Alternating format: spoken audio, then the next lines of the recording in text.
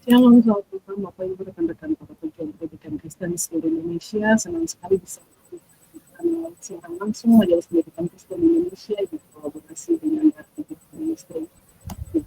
Seringkali kita bertanya uh, dalam dalam pemikiran kita kunci menuju pemahaman yang lebih dalam tentang Alkitab itu seperti apa. Dan malam hari ini kita akan belajar bersama tentang metode bertanya dalam pembelajaran, khususnya tentang bagaimana belajar dari Alkitab.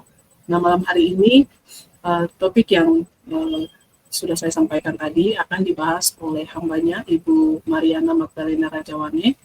Beliau adalah pengurus harian Majelis Pendidikan Kristen Indonesia, bidang 1 pengembangan pendidikan. Bapak Ibu semua yang mau bertanya seputar topik kita pada malam hari ini, saya persilakan di kolom chat YouTube maupun juga di Facebook. Nanti kita akan diskusi dengan Ibu Mariana terkait pertanyaan-pertanyaan yang Bapak Ibu sampaikan. Nah, sebelum saya serahkan kepada Ibu Mariana untuk penyampaian materi yang sudah dipersiapkan, mari kita berdoa. Mohon pimpinan kuasa Roh Kudus. Mari kita berdoa. Bapa yang baik, kami mengucap syukur untuk kasih dan anugerah Tuhan dalam hidup kami. Terima kasih Tuhan masih memberikan waktu dan kesempatan untuk belajar pada malam hari ini. Kami mohon hikmat dan pimpinan kuasa Roh Kudus Tuhan menyertai kami. Tolong kami untuk mengerti maksud dan tujuan Tuhan dalam pembelajaran pada malam hari ini. Hamba-Mu Ibu Mariana yang Tuhan telah pakai, Tuhan telah persiapkan melalui materi yang sudah dipersiapkan oleh hamba-Mu. Tuhan pakai hamba-Mu untuk menjadi berkat bagi kami semua. Tuhan tolong semua media perangkat yang kami sudah gunakan semuanya boleh dengan baik. Terima kasih ya Bapak, dalam nama Tuhan Yesus kami berdoa. Amin. Saya serahkan kepada Ibu. Selamat malam para pejuang pendidikan di seluruh Indonesia.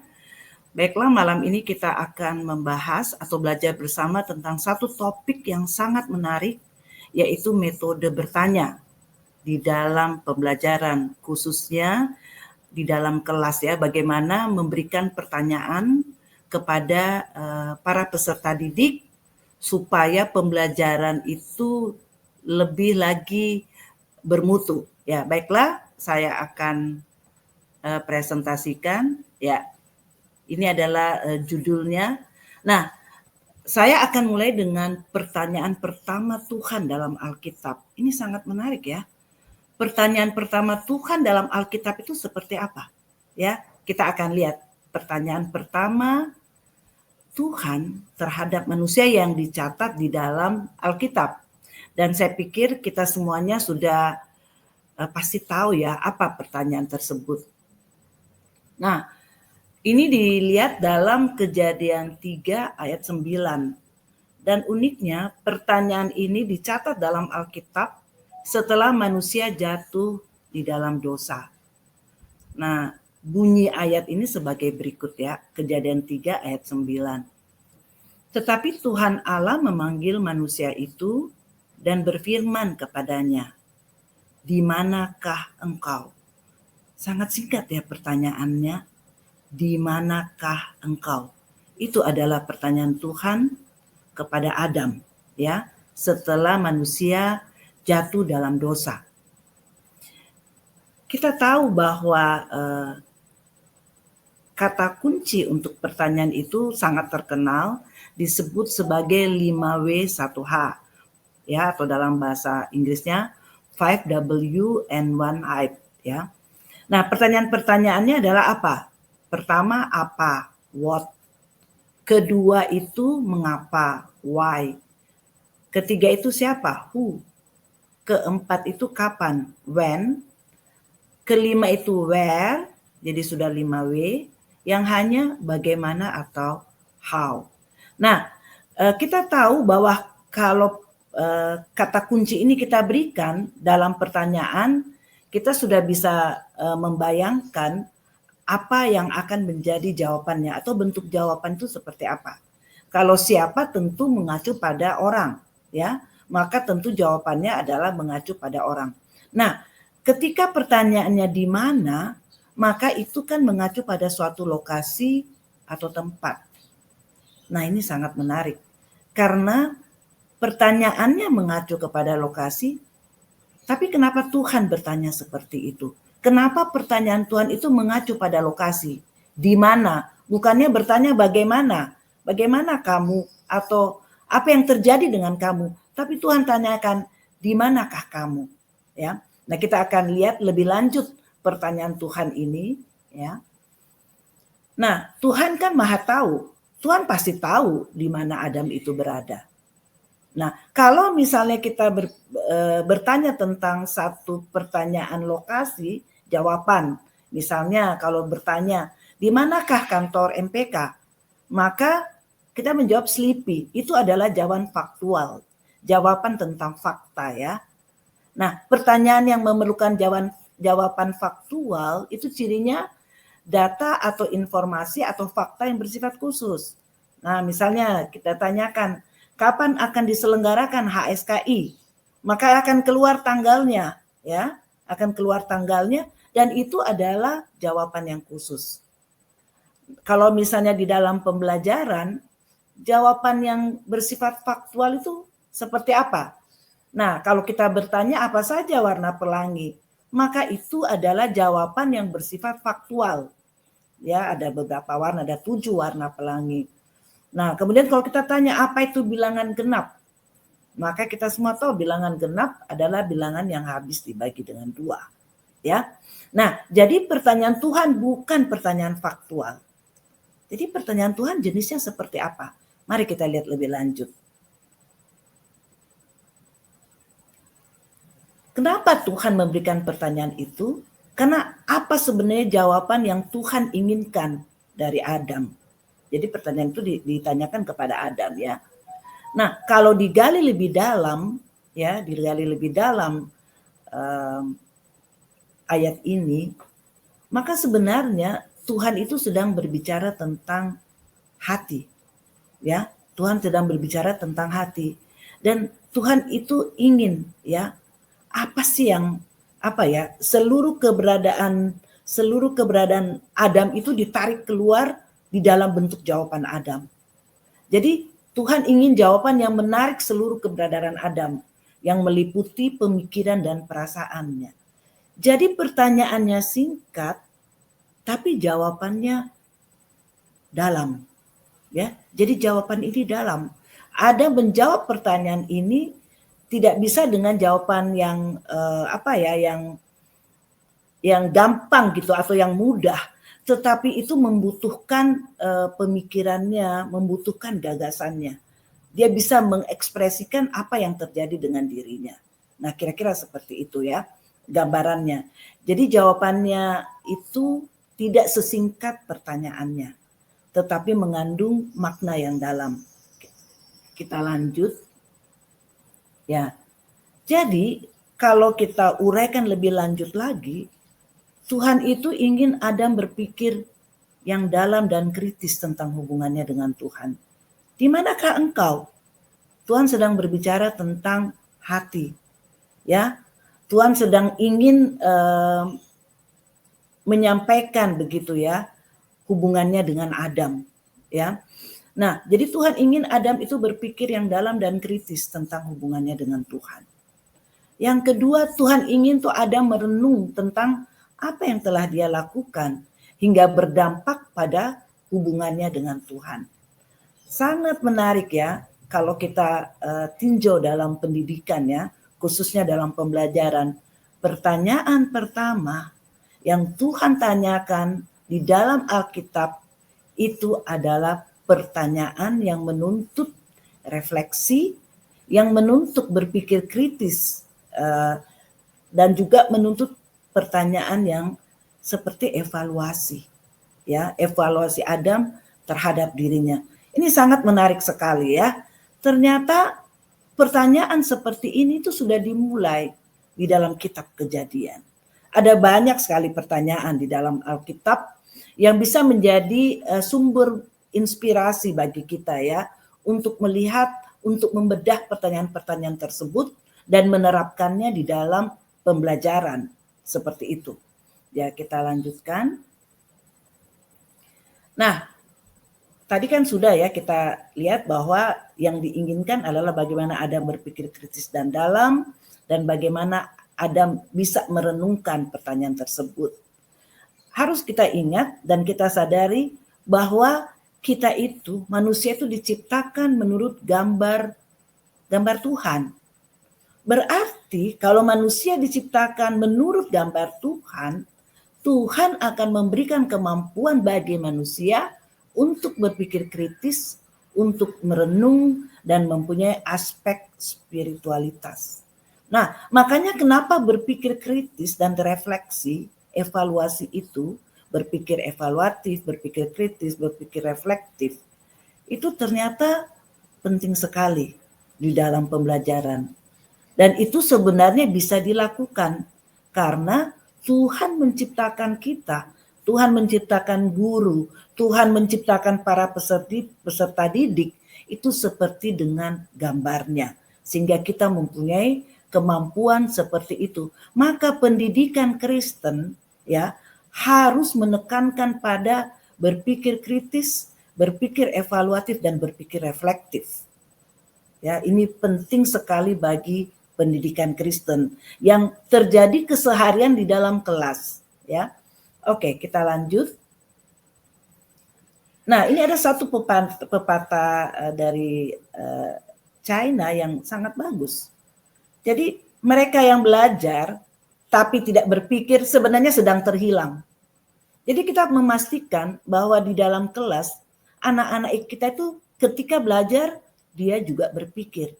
Berpikir adalah kemampuan yang Tuhan berikan secara spesifik kepada manusia. Ya.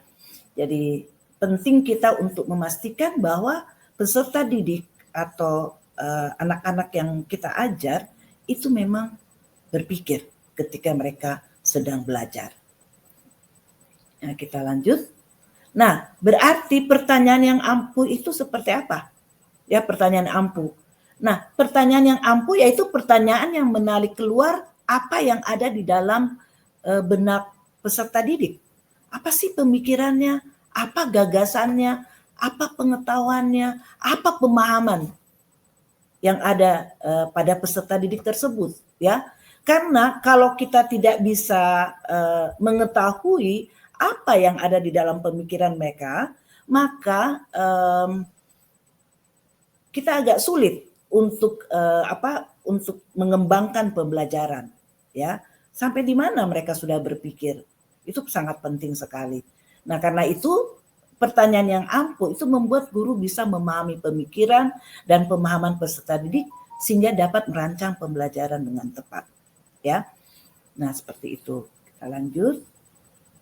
Nah, ini saya memberikan contoh yang praktis untuk mengukur pertanyaan kita itu levelnya ada di mana. Nah, ini memakai taksonomi Bloom, ya. Ada yang pertama, tingkat yang paling rendah itu mengingat, ya, seperti tadi itu jawaban faktual. Apa warna pelangi? Ya, itu kan artinya berpikirnya kurang. Maksudnya dalam pemahaman berpikirnya itu tidak berjuang sekali, tidak berjuang untuk memikirkan hal itu, ya. Nah, kemudian ada pemahaman, ada penerapan. Ini sebenarnya pakai kata kerja, jadi artinya saya katakan mengingat, memahami, lalu kemudian menerapkan, menganalisis, mengevaluasi, dan mencipta.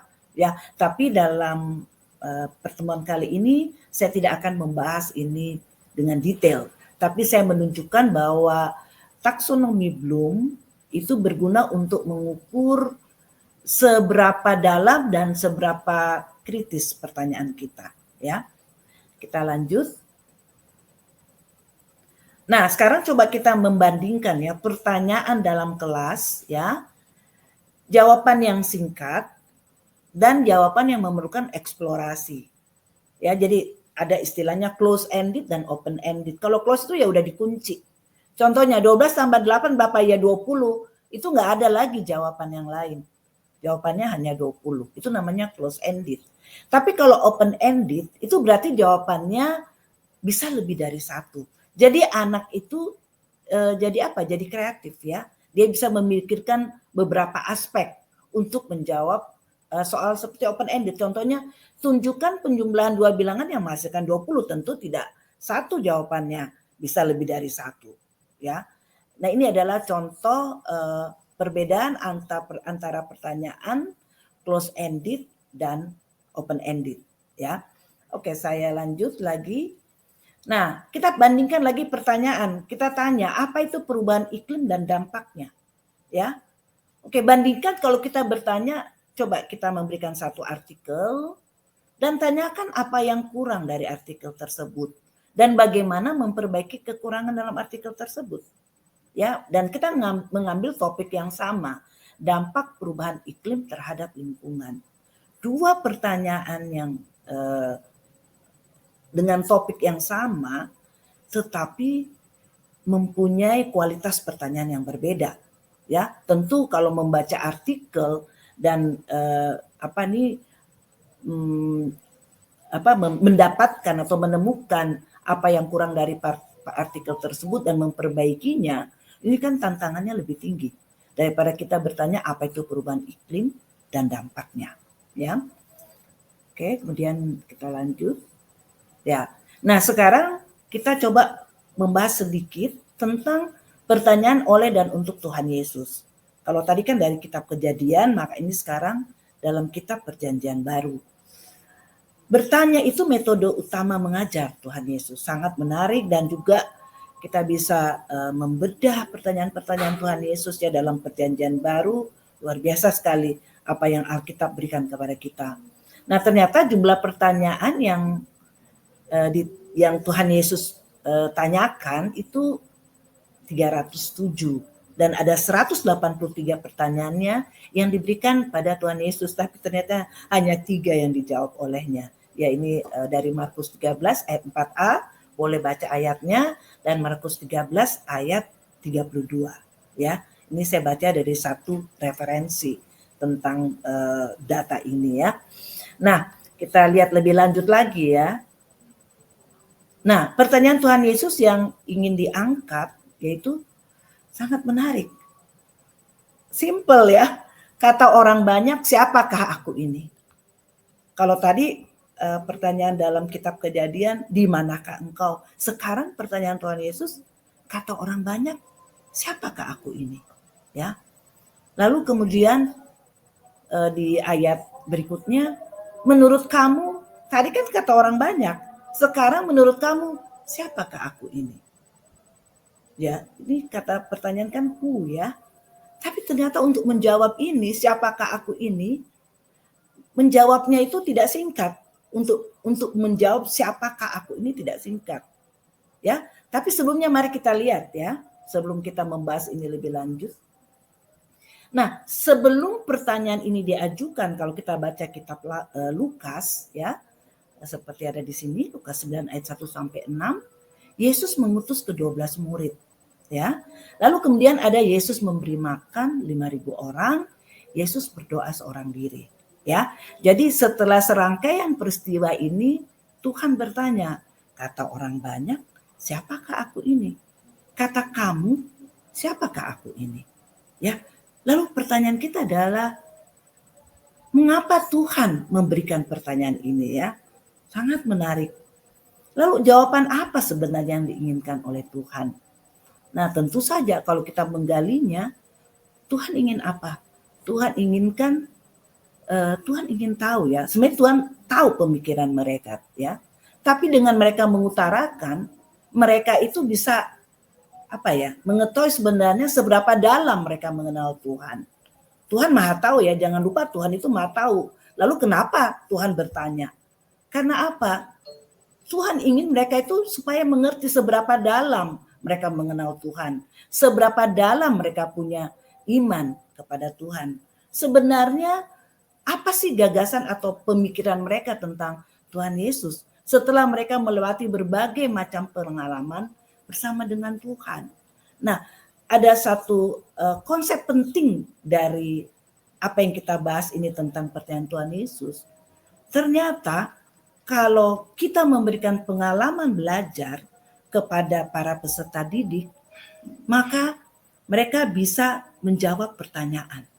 Jadi memberikan pertanyaan itu penting, tapi memberikan pengalaman belajar itu juga penting.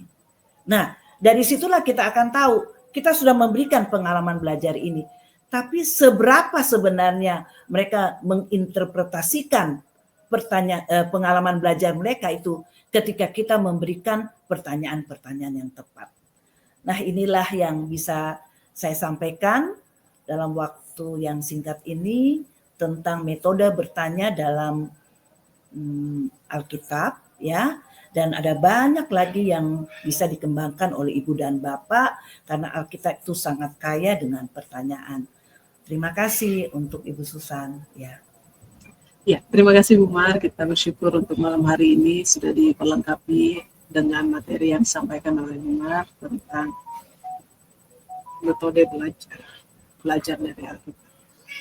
Ada beberapa pertanyaan yang sudah masuk Ibu Mar. Kita mau diskusi dalam ruang ini. Pertanyaan yang pertama, saya akan bacakan. Pertanyaannya seperti ini.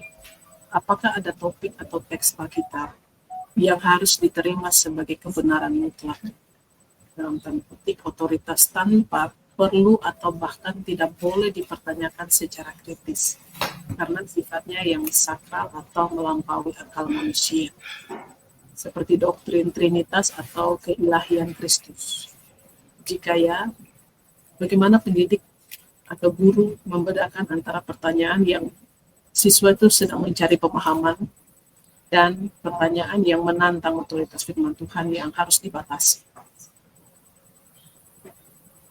Ya, oke, ini pertanyaan yang cukup sulit ya. Ya, jadi seperti ini ya. Kalau kebenaran itu dalam Alkitab itu pasti mutlak ya. Kebenaran Alkitab bahwa Tuhan Yesus Kristus adalah satu-satunya jalan keselamatan itu mutlak ya, itu sudah absolut ya, tidak bisa dibantah lagi begitu. Tapi saya percaya bahwa apapun pertanyaan yang dilontarkan ya oleh manusia, dia pasti akan bertemu dengan jawabannya itu.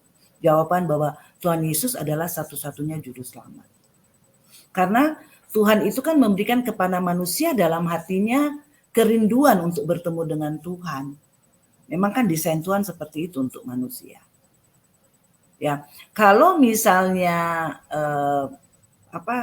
peserta didik mempertanyakan ketuhanan ya, memang kita mesti bisa memberikan jawaban atau argumen yang memang menolong mereka berpikir benar tentang Tuhan.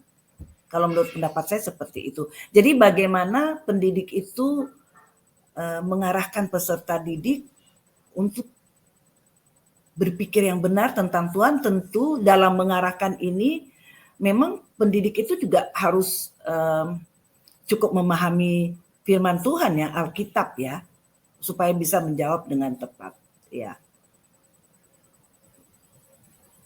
Dalam tanda petik, dalam setiap pembelajaran, pendidik benar-benar harus siap dengan konsep yang dia sudah siapkan di pembelajarannya.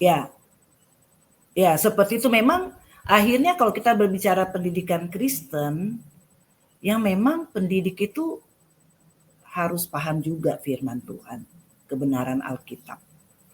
Ya. Baik, Bu Mar, terima kasih. Kita ada dalam era atau zaman yang murid-murid itu sudah pada kritis ya, kritik dan kritis. Jika ada pertanyaan yang mereka ajukan kepada guru, kan pertanyaan itu melampaui kemampuan pengetahuan guru sendiri. Nah, bagaimana cara yang baik supaya guru bisa tetap mempertahankan otoritasnya dia sebagai pengajar dan bijaksana juga dalam menjawab? Ya, yang pertama, guru itu bukan berarti tahu segalanya ya, karena guru pun tetap belajar. Makanya guru itu perlu belajar. Walaupun guru tapi perlu belajar. Dan kalau belum bisa menjawab, sampaikan saja. Saya belum bisa menjawab hari ini. Saya akan cari jawabannya dan saya akan memberikan jawaban pada pertemuan mendatang. Tapi pertanyaan itu sangat bagus untuk guru. Karena apa? Pertanyaan itu mengasah guru, pertanyaan dari peserta didik ya. Pertanyaan peserta didik itu mengasah guru, memaksa guru untuk belajar. Justru bagus kita mempunyai peserta didik yang kritis, karena guru akan menjadi lebih cerdas. Baik. Jadi guru bukan hanya sekedar mengajar, tapi juga belajar dia. Belajar harus. Belajar dan mengajar itu berpadanan. Karena mengajar itu kan mengeluarkan ilmunya. Lah kalau stok ilmunya terbatas, bagaimana bisa mengajar dengan leluasa? Makanya mesti belajar supaya punya banyak stok ilmu. Bahkan belajar dari murid. Betul sekali. Kita belajar dari siapapun. Ya, saya juga senang belajar dari peserta didik, dari murid ya. Karena akan memperkaya. Kadang kita tidak terpikir, mereka berpikir tentang hal itu. Ya, baik. Terima kasih Bu Mar. Mungkin saya mau sampaikan Bu Susan, sebenarnya bagaimana kita membentuk siswa yang berpikir kritis itu penting. Ya, kekritisan itu harus terjadi di dalam pembelajaran, yaitu saling belajar kan nanti. Jadi kita menjadi satu komunitas yang belajar. Memang komunitas belajar itu penting sekali terjadi di dalam kelas. Oke Bu Mar, satu pertanyaan terakhir Bu Mar. Itu kalau untuk siswa yang kritis dan kritik ya di dalam kelas. Nah, kita ada juga siswa yang kadang tidak pede untuk mengajukan pertanyaan, kadang minder atau malu ya. Nah, bagaimana seorang guru dapat menciptakan suasana yang aman, di mana siswa tuh tidak takut mengajukan pertanyaan-pertanyaan yang mungkin bagi dia sendiri itu kayaknya bukan pertanyaan yang baik, atau dia ragu dengan pertanyaan dia sendiri. Nah, bagaimana caranya? Solusi dari guru. Jadi, ini.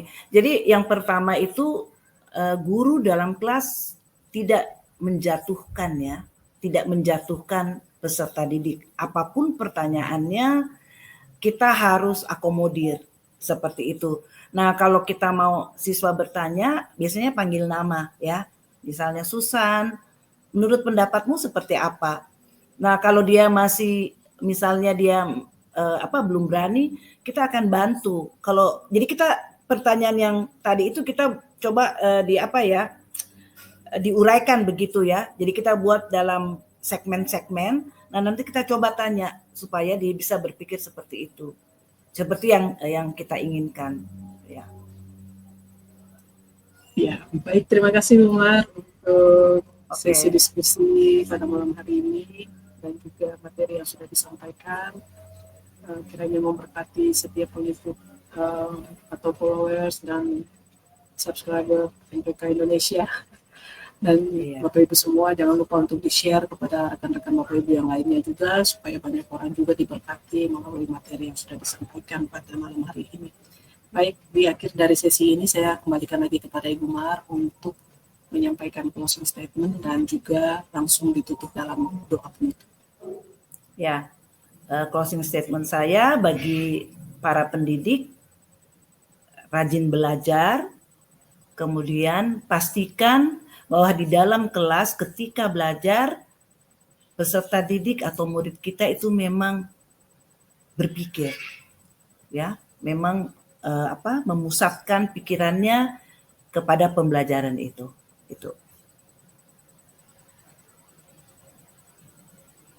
Baik, Bu Mar, bisa langsung ditutup dalam doa.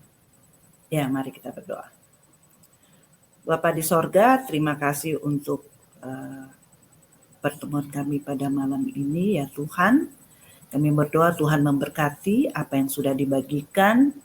Bahkan Tuhan akan menolong para pendidik untuk mengembangkan apa yang sudah mereka pahami tentang metode bertanya berdasarkan pembelajaran dari Alkitab, sehingga Tuhan peserta didik yang diampu itu semakin bertumbuh dalam kecerdasan mereka, dalam pemikiran mereka, dan juga dalam pengenalan akan Tuhan.